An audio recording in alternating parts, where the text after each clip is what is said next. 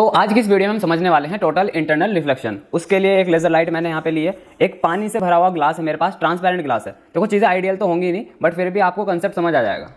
ठीक है, तो यहाँ पे मेरे पास में क्या है, एक लेजर लाइट है, और अगर इस लेजर लाइट को मैं इस ग्लास के थ्रू पास करूँ तो हमें एक टिपिकल रिफ्लेक्शन देखने को मिलेगा। ये लाइट है, यहाँ जो है पानी के अंदर गई और यहाँ पे एयर के अंदर गई, तो यहाँ से यूँ जा रही थी, ऊपर को चली गई। क्लियर है, ये हमारा हो गया आपका टिपिकल रिफ्लेक्शन।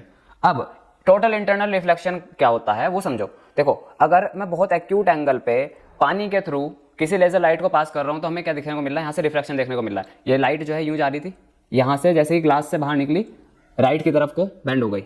इस वाली लाइट को आप इग्नोर कर दो, क्योंकि ये जो है ट्रांसपेरेंट ग्लास और उसकी सरफेस का जो कलर है नीचे वो उसकी वजह से हो रहा है। ठीक है, इस सिर्फ इन चीज़ों को ध्यान देना है आपको। यहाँ पे दो, ये लाइट पानी से निकलने के बाद रिफ्रैक्ट होके वहाँ लग रही है। ठीक है, यहाँ पे आपको दिख भी रहा होगा। अब जैसे जैसे मैं इसका एंगल बढ़ाऊंगा वैसे वैसे ये लाइट जो है तेजी से नीचे आएगी। ठीक है, मैं एंगल बढ़ा रहा हूँ, ये नीचे आ रही है, दिख रहा है ना आपको। अब देखो, एक टाइम ऐसा आएगा जब ये जो है ग्लास की जो पानी की सरफेस है उसके पैरेलल हो जाएगी। यहाँ पे ऑलमोस्ट पैरेलल हो गई। जहाँ पे ये पैरेलल हो जाती है उसको हम क्या कहते हैं, क्रिटिकल एंगल कहते हैं। अब जैसे ही एंगल क्रिटिकल एंगल से ज़्यादा बड़ा होगा तो लाइट की जो पानी की सरफेस होगी या फ्लूइड की जो सरफेस होगी वो बिल्कुल कैसे बिहेव करने लगेगी, एकदम मिरर की तरह बिहेव करने लगेगी।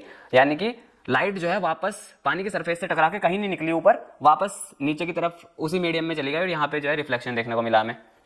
इस प्रोसेस को हम क्या कहते हैं, टोटल इंटरनल रिफ्लेक्शन कहते हैं। जब क्या हो, लाइट एक मीडियम में ट्रेवल करके उसकी सरफेस से टकरा के वापस उसी मीडियम में लौट जाए, इसको हम क्या कहते हैं, टोटल इंटरनल रिफ्लेक्शन कहते हैं। अब दो पॉइंट्स हैं टोटल इंटरनल रिफ्लेक्शन में जो आपको ध्यान रखने होते हैं कि टोटल इंटरनल रिफ्लेक्शन जो है किन्हीं भी दो ट्रांसपेरेंट मीडियम में होता है। ठीक है, आप तो ये भी कह सकते थे जी सर शीशे के साथ भी तो ऐसा ही होता है, मिरर के साथ भी ऐसा ही होता है, इसमें क्या अलग है। मिरर में ट्रांसपेरेंट मीडियम दो नहीं होते, दो ट्रांसपेरेंट मीडियम नहीं होते। यहाँ पे है, एक वाटर है हमारा, एक एयर है, और दूसरा ये जो है एक सर्टेन एंगल पे होती है। ठीक है, यहाँ पे जो है नीचे अगर था तो रिफ्लेक्शन ही हो रहा था, बट एक एंगल पे जो है बिल्कुल ऐसे बिहेव करने लगी। ठीक है, और एक और केस होता है, ये जनरली हमें वहाँ देखने को मिलता है जब लाइट जो है हाई डेंसर एरिया से जो है लेस डेंसर मीडियम में ट्रेवल कर रही होती है। हाई डेंसर मीडियम से लेस डेंसर मीडियम में ट्रेवल कर रही होती है। यहाँ पे हाई डेंसिटी किसकी है, पानी की, और एयर की डेंसिटी कम है, तो इसलिए हमें यहाँ पे इस तरह की चीज़ें देखने को मिलती हैं। ठीक है, मेरे हिसाब से आपको क्लियर होगा टोटल इंटरनल रिफ्लेक्शन आपका क्या होता है।